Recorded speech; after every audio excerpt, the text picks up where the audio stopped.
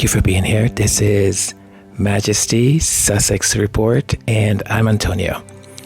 If you listened or watched my previous video that I uploaded this morning, today is January 20th.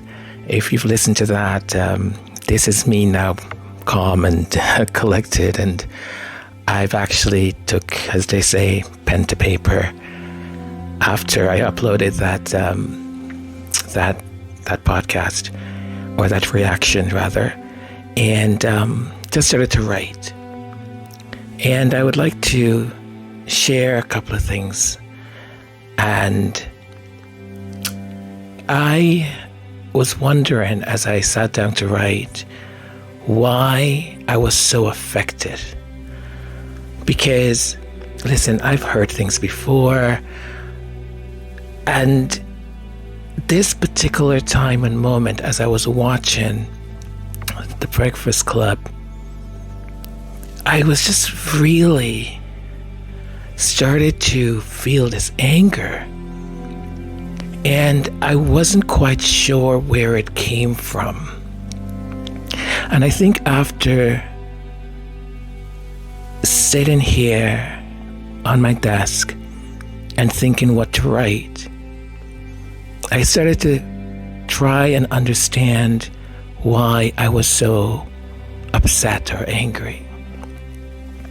And it stems from the inner child, that inner boy that lives with me. As a person of several heritage or mixed race, one often feels very isolated because, and I'll put this in a sort of odd way, no one claims you. It's like you're standing there in the middle of an aisle and no one comes to get you. No one claims you as part of their tribe. Now, as a child, I was a very sickly child. I was not supposed to survive to reach my teenage years. I was in hospitals, in and out, every month for over 3 years. And I was bullied relentlessly. I was very thin, very skinny, very fragile. I spoke with a lisp. I stuttered. And there were an enormous amount of words I could not pronounce, and I had quite a lot of difficulties pronouncing. But I always trusted in God. I had faith. I don't know why I did, but I just did. I just knew that whatever I was experiencing, that God had a plan. I didn't know what that plan was, but I trusted in God. I also knew, because quite insensitive doctor told my parents in the same room where I was hooked up to machines that he did not believe that I would reach my teenage years. And I heard that. And knowing that does something to a child. So with that premise, and also being a mixed race kid, no one came to my defense. I would look to the other kids that were part of my heritage, thinking someone will come and help me or defend me. But no one did, as I was being relentlessly bullied. If anything, some of them joined in. And I think that's the root of why I got so upset. Because there was a man who was criticizing, making assumptions, and continued to tell his version and his lies about a mixed race woman, a black mixed race woman. And there is a black man who has an enormously influential show, and he basically said nothing. His pushback questions were pathetic. He did not come to her defense. And that, I guess, triggered me. So, thank you if you listened to that very raw, very unfiltered reaction. So, I'm going to read what I've written. The challenge faced by mixed race individuals, no matter the composition, but in this case, I'll be talking about, in particularly with Black heritage, are multifaceted and deeply rooted in historical and contemporary societal structures. These challenges manifest in various ways, including identity conflicts, discrimination, and complexities in social interactions. One significant aspect of the mixed race experience is the struggle with identity formation. Mixed race individuals often find themselves at the crossroads of multiple cultures, which can lead to feeling isolated or a feeling of alienation from their own cultural groups. This alienation is partly due to perceptions of not being authentic enough. You're not Black enough. You're not Chinese enough. You're not Portuguese enough. We're never enough. Or appearing too racially ambiguous to be fully accepted within their communities. Such experiences can pressure mixed race individuals to conform to one of their monoracial categories, leading to internal conflicts and a sense of not belonging anywhere. Another dimension of this challenge is the prejudice and discrimination faced from both within and outside their racial groups. Mixed-race children, for instance, are vulnerable to stigmas due to their mixed status, which can be distinct from the prejudice their parents may have faced. This unique form of prejudice can also stem from extended family members, sometimes due to disapproval of interracial marriages. These familiar tensions can lead to a sense of double consciousness in mixed-race children, causing internal conflict and shame over their identity. Despite these challenges, mixed-race individuals also exhibit certain social advantages. Their ability to navigate multiple cultural identities can lead to greater adaptability and positive social interactions across diverse groups. This identity flexibility allows them to switch between racial identities, depending on the situation, providing a unique perspective in multicultural environments. In terms of the broader societal discourse, incidents like Piers Morgan's comment on the Breakfast Club show highlight the complexities surrounding the perception and acceptance of mixed-race individuals. Morgan's dismissal of Megan's blackness and the host's lack of defense reflect broader issues of colorism, racial gatekeeping, and the perpetuation. Sorry, I'm having difficulties pronouncing that word even though I wrote it. Perpetuation of narrow racial narratives.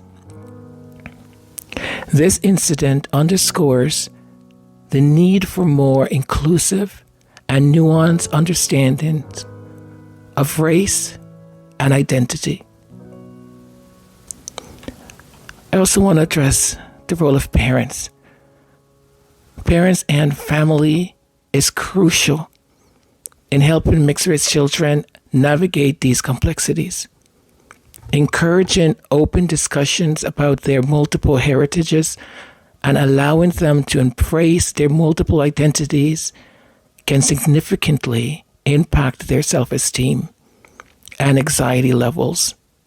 Adopting a colorblind approach, on the other hand, can close off opportunities for children to articulate their unique experiences and hinder their connection to their multiple identities. The experiences of mixed-race individuals, particularly those with Black heritage, are shaped by a complex interplay of societal attitudes, familiar dynamics, and individual identity struggles. Understanding and addressing these challenges require a comprehensive and empathetic approach that acknowledges the diversity and richness of mixed-race experiences. Now, the question of why a person of color or a Black man might not defend a Black woman against disparaging comments such as those made by Piers Morgan on The Breakfast Club is rather complex and rooted in various cultural and psychological factors. One key aspect is the internalization of societal norms and prejudices, including those related to race and gender. Cultural conditioning may lead some Black men to unconsciously adapt the same racial bias that are prevalent in wider society. Additionally, there is often a lack of awareness or understanding of the unique struggles faced by many Black women, which can stem from a broader societal tendency to underemphasize or ignore the experiences of women of color.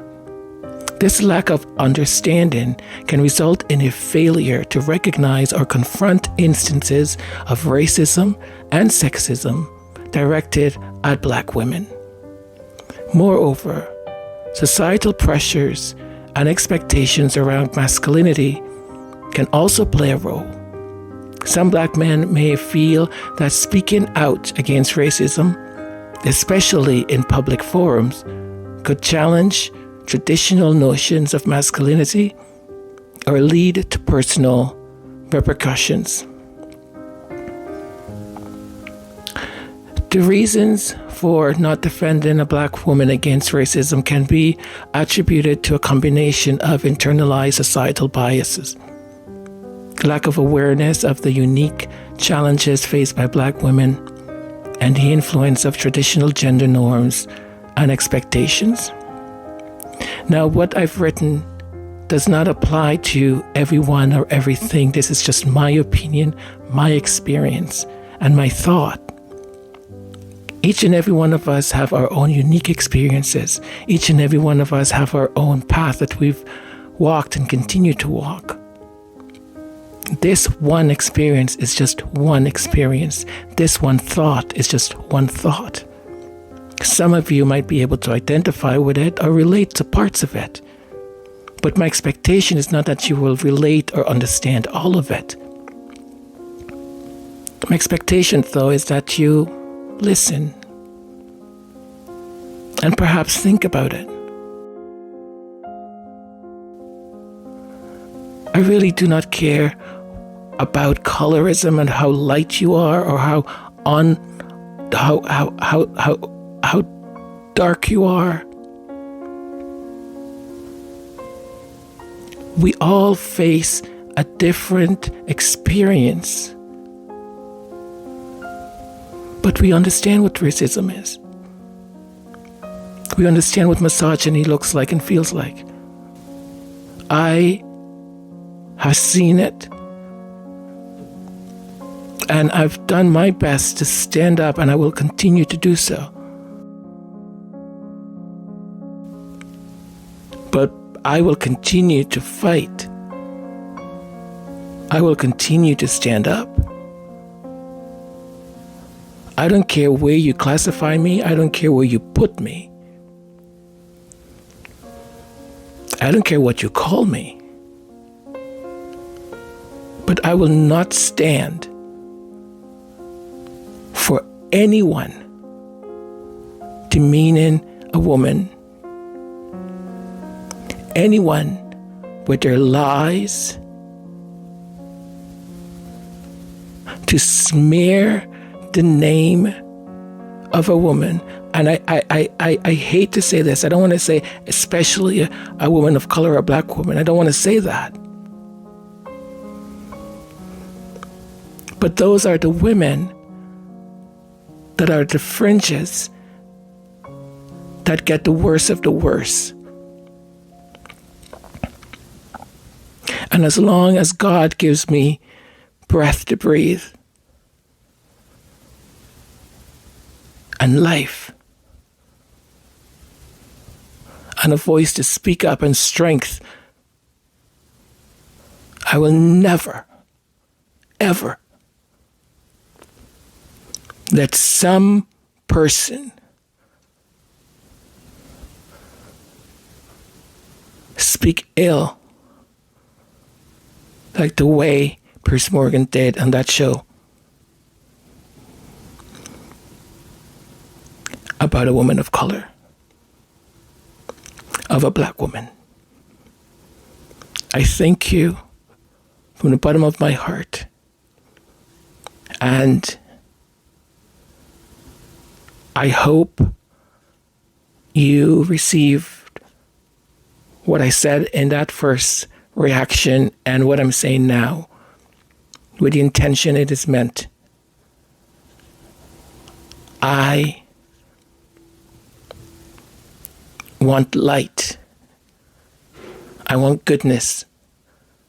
And I want us to support and uplift. I don't care about these nonsense politics and who wants to be more outrageous or, oh, well, she's a princess or she's not, or she's privileged, or she never called herself black before, or we don't need to. No. I don't care about any of that. I care about the fundamental.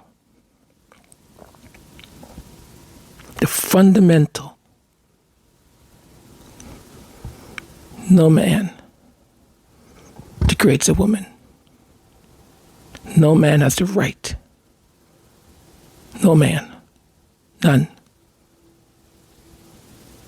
And especially Piers Morgan.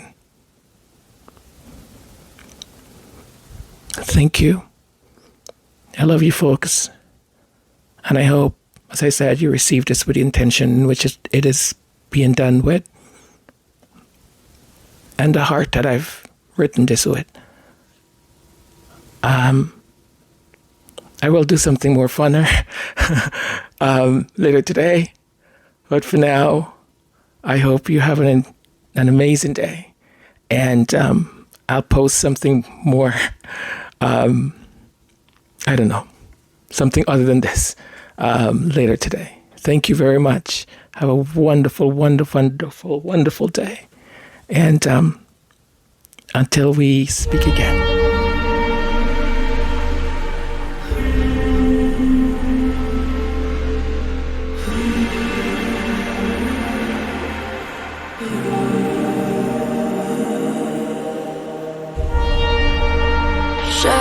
Shadows are calling, the curtain is drawn.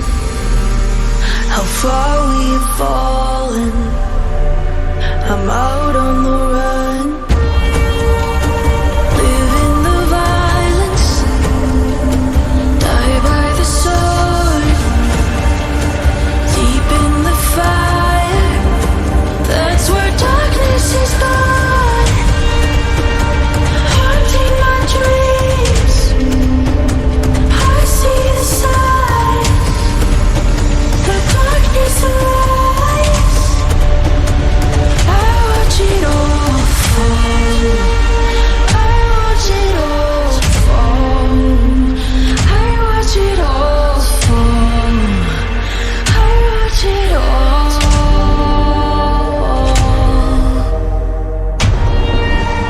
We swore on our honor, and the light turned to black. We fight to the ending, there's no turning